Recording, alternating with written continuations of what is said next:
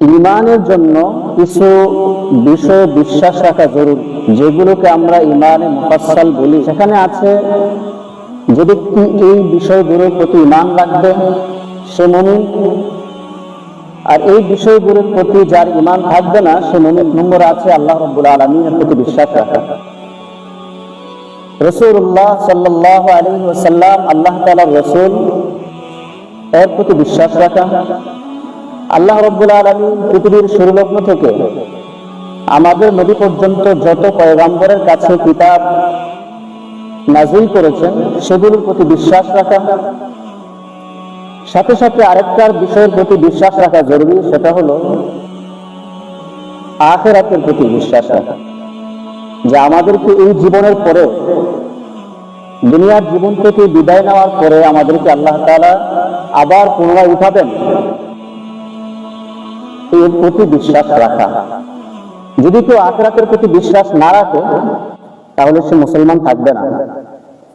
অতএব আমরা আমাদের মনে প্রাণে বিশ্বাস করি যে আমাদেরকে এই দুনিয়ার ক্ষণস্থায়ী জীবন শেষ করার পরে কবরের জগতে যখন আমরা চলে যাব, আল্লাহ রাব্বুল আলামিন আমাদেরকে পুনরায় উঠাবেন হিসাব নিকাশের জন্য।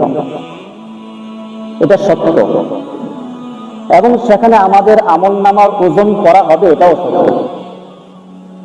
আমরা যেমন চাক্ষুষ দেখি যে মারা যাওয়াটা যেমন সত্য, মারা যায় মানুষ, আমরা সচক্ষে দেখি, এটা যেমন আমরা অবিশ্বাস করতে পারি না, ঠিক তেমনি ভাবে আমাদেরকে মৃত্যুর পরে আমাদের এই জীবনের প্রত্যেকটা বিষয়ের হিসাব নিকাশ আল্লাহ তাআলা নেবেন, এটাও সত্য। আল্লাহ রাব্বুল আলামিন কোরআনে কারীমে সূরাতুল আরাফে বলেছেন, আল ওয়াজনু ইয়াওমাইযিনিল হক ফামান থাকুলাত মাওয়াজিনুহু ফাউলাইকা হুমুল মুফলিহুন ওয়া মান খাফফাত মাওয়াজিনুহু ফাউলাইকা আল্লাযীনা খাসিরু আনফুসাহুম বিমা কানু বিআয়াতিনা ইয়াজলিমুন। আল্লাহ তাআলা বলছেন, আল ওয়াজনু ইয়াওমাইযিনিল হক, আখিরাতে যে তোমাদের আমলনামা হিসাব হবে এটা সত্য। ফামান থাকুলাত মাওয়াজিনুহু, যার আমলের নেক আমলের পাল্লা ভারী হবে, আল্লাহ তাআলা বলছেন ফাউলাইকা হুমুল মুফলিহুন, তারাই একমাত্র আখিরাতে সফলকাম হবে। ওমান খাফফাত মাওয়াজিনুহু, আর যার নেকের পাল্লা হালকা হয়ে যাবে কিয়ামতের দিনে, ফাউলাইকা আল্লাযীনা খাসিরু, তারা এমন ব্যক্তি যে তাদের নিজের আখিরাত এবং দুনিয়া উভয়টাই ধ্বংস।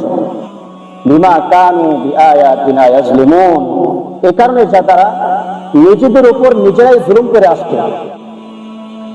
এজন্য আমাদেরকে যে আখিরাতে উঠতে হবে এটা সত্য সঠিক।